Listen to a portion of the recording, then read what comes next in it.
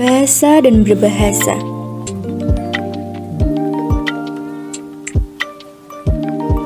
Bahasa dan berbahasa. Bahasa adalah alat verbal yang digunakan untuk berkomunikasi menurut linguistik. Berbahasa adalah proses penyampaian informasi dalam berkomunikasi menurut psikologi. Hakikat bahasa manusia. Para pakar linguistik deskriptif biasanya mendefinisikan bahasa sebagai satu sistem lambang bunyi yang bersifat arbiter, yang kemudian lazim ditambah dengan yang digunakan oleh sekelompok anggota masyarakat untuk berinteraksi dan mengidentifikasi diri, menurut Char 1994. Bagian utama dari definisi di atas menyatakan hakikat bahasa itu dan bagian tambahan menyatakan apa fungsi bahasa itu. Sedangkan menurut Chomsky sering mendeskripsikan hakikat bahasa dalam kajiannya. Satu hal yang ditekankannya ialah bahwa bahasa itu menggunakan struktur dependence operation atau operasi kebergantungan struktur. Operasi kebergantungan struktur yang dimaksud ialah komposisi dan produksi tuturan tidak hanya menguntai urutan kata-kata.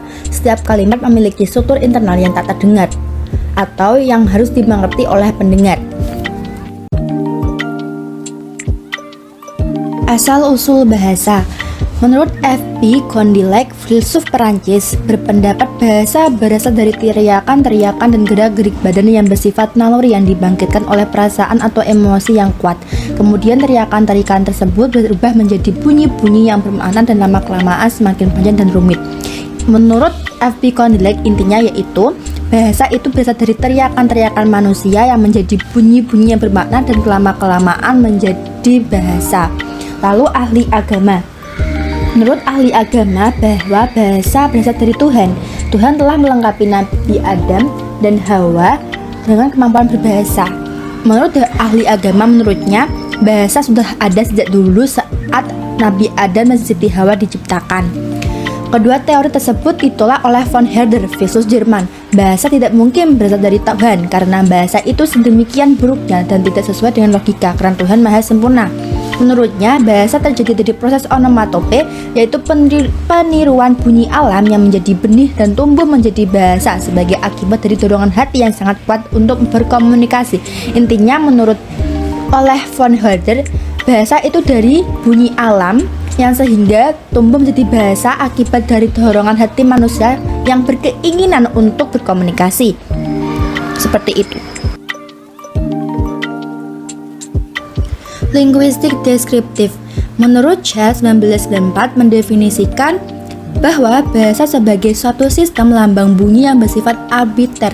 Itu menurut hakikat bahasa. Sedangkan yang berurut fungsi bahasa yaitu yang digunakan oleh sekelompok anggota masyarakat untuk berinteraksi dan mengidentifikasi diri. Maksudnya, fungsi bahasa itu digunakan oleh sekelompok anggota masyarakat yang bertujuan untuk berkomunikasi atau untuk komunikasi antar kelompok masyarakat. Arbiter di sini adalah antara lambang yang berupa bunyi itu tidak memiliki hubungan wajib dengan konsep yang dilambangkannya. Maksudnya, contoh ada sebuah di sini binatang yang berkaki 4 yang biasa dikendarai disebut kuda. Nah, bisa jadi di suatu tempat atau di daerah lain itu namanya bukan kuda, bisa jadi dengan meja atau kucing gitu. Atau bisa jadi juga pokoknya itu beda dari yang satu dengan satu yang lain. Jadi dinamakan mana suka sesuai dengan konteks atau tempat yang ada di situ.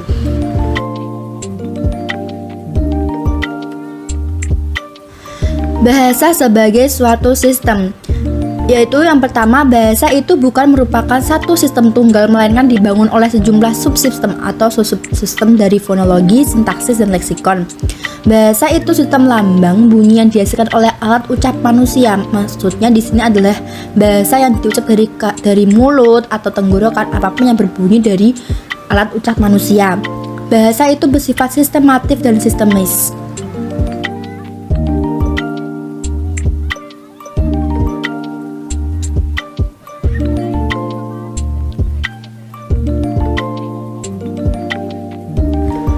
Fungsi bahasa. Apakah fungsi bahasa itu? Fungsi bahasa adalah bahwa bahasa itu adalah alat interaksi sosial, dalam arti alat untuk menyampaikan pikiran, gagasan, konsep, atau juga perasaan menurut Charles 1919. Maksudnya di sini adalah bahasa itu berguna atau berfungsi sebagai interaksi antara manusia satu dengan manusia yang lain yang bertujuan untuk menyampaikan pikiran, gagasan, ataupun perasaan mereka atau manusia itu. Dalam hal ini, Wardau 1972, seorang pakar sosial linguistik juga mengatakan bahwa fungsi bahasa adalah alat komunikasi manusia baik lisan maupun tulisan. Namun, fungsi ini sudah mencakup 5 fungsi dasar yang menurut Kinevi disebut fungsi ekspresi, fungsi informasi, fungsi eksplorasi, fungsi persuasi, dan fungsi entertainment. Fungsi bahasa yaitu dari segi sosial, bahasa digunakan sebagai alat interaksi atau alat komunikasi di dalam masyarakat ini seperti yang dimaksud atau yang sama dengan CHAR 1995 menurut CHAR. Yang kedua yaitu konsep bahasa linguistik deskriptif itu tidak lengkap karena bahasa bukan hanya alat interaksi sosial tetapi juga berfungsi dalam bidang lainnya. Oleh karena itu, berbagai bidang seperti psikologi, antropologi, etnologi, neurologi, dan filologi menjadikan bahasa sebagai objek kajiannya dari sudut yang berbeda. Struktur bahasa. Dalam setiap analisis bahasa ada 2 buah konsep yang perlu dipahami yaitu struktur dan sistem. Struktur menyangkut masalah hubungan antara unsur-unsur di dalam satu ujaran, misalnya antara fonem dengan fonem di dalam kata, antara kata dan kata di dalam frase, atau juga antara frase dengan frase di dalam kalimat. Sedangkan sistem berkenaan dengan hubungan antara unsur-unsur bahasa pada satuan-satuan ujaran yang lain. Dalam linguistik generatif transformasi, struktur itu sama dengan tata bahasa. Sedangkan tata bahasa itu sendiri tidak lain daripada pengetahuan penutur suatu bahasa mengenai bahasanya yang lazim disebut dengan istilah kompetensi. Kemudian kompetensi ini akan dimanfaatkan dalam pelaksanaan bahasa atau performansi, yaitu berupa bertutur atau pemahaman akan tuturan. Lalu di dalam pelaksanaan bahasa itu, linguistik generatif transformasi menyodorkan adanya konsep struktur dalam dan adanya struktur luar. Proses berbahasa. Berbahasa merupakan gabungan berurutan antara 2 proses, yaitu proses produktif dan proses reseptif. Proses produktif berlangsung pada diri pembicara yang menghasilkan kode-kode bahasa yang bermakna dan berguna. Sedangkan proses reseptif berlangsung pada diri pendengar yang menerima kode-kode bahasa yang bermakna dan berguna yang disampaikan oleh pembicara melalui alat-alat artikulasi dan diterima melalui alat-alat pendengar.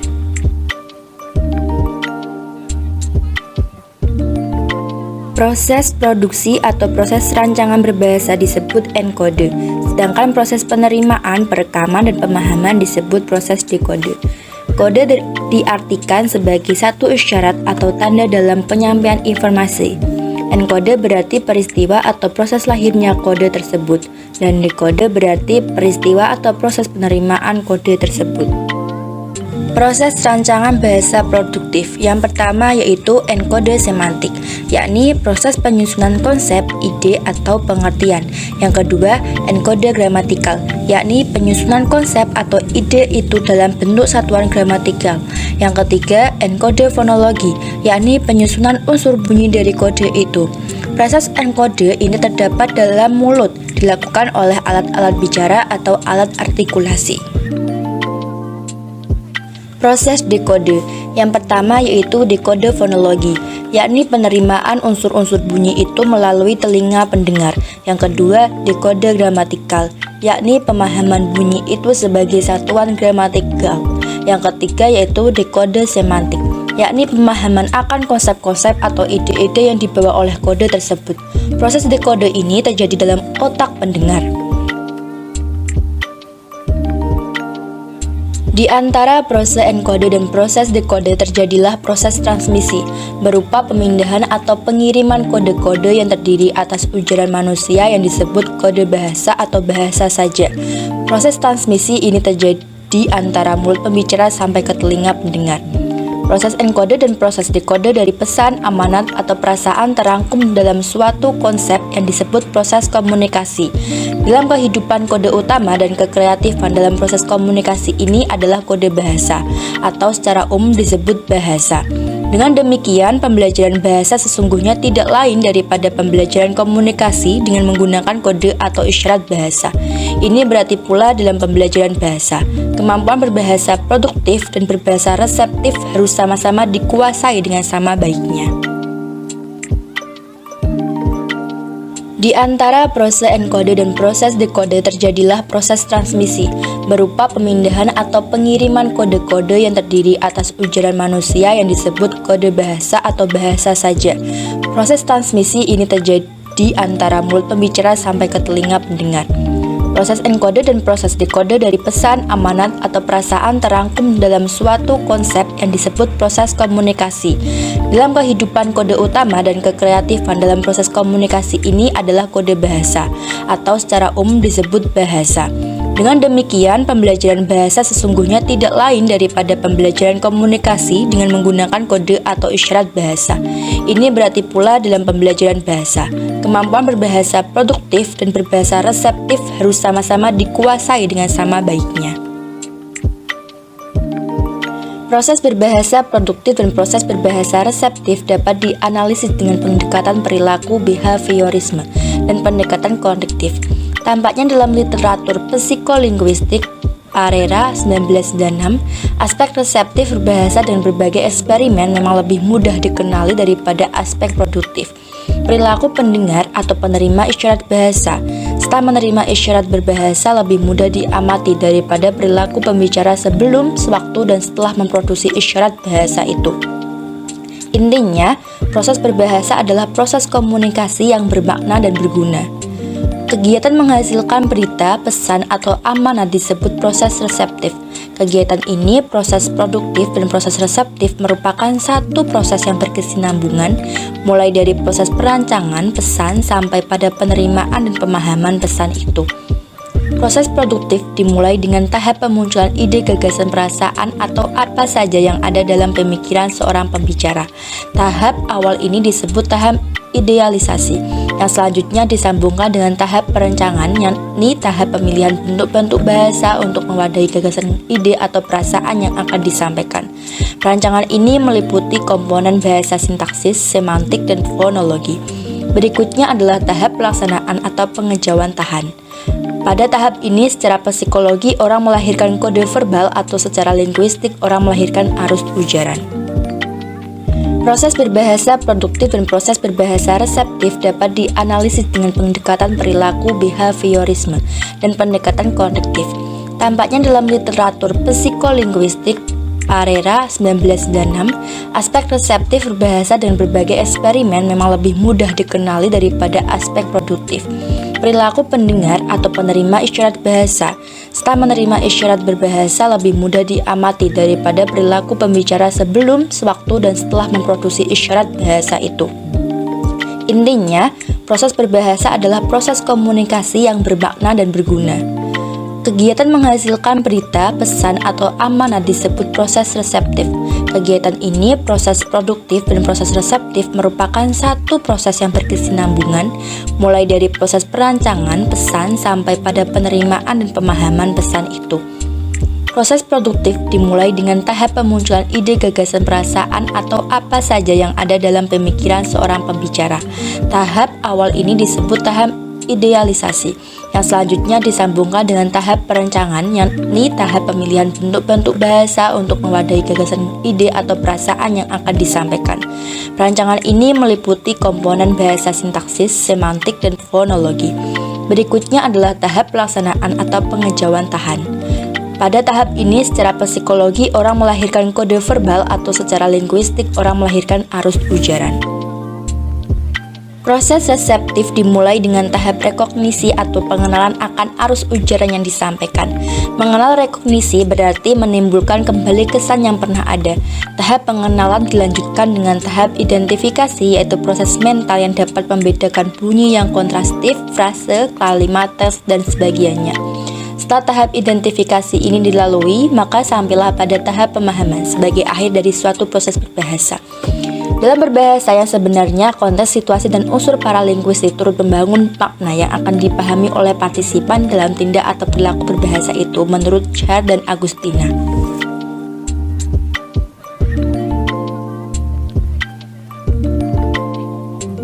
Proses reseptif dimulai dengan tahap rekognisi atau pengenalan akan arus ujaran yang disampaikan. Mengenal rekognisi berarti menimbulkan kembali kesan yang pernah ada. Tahap pengenalan dilanjutkan dengan tahap identifikasi, yaitu proses mental yang dapat membedakan bunyi yang kontrastif, frase, kalimat, teks, dan sebagainya.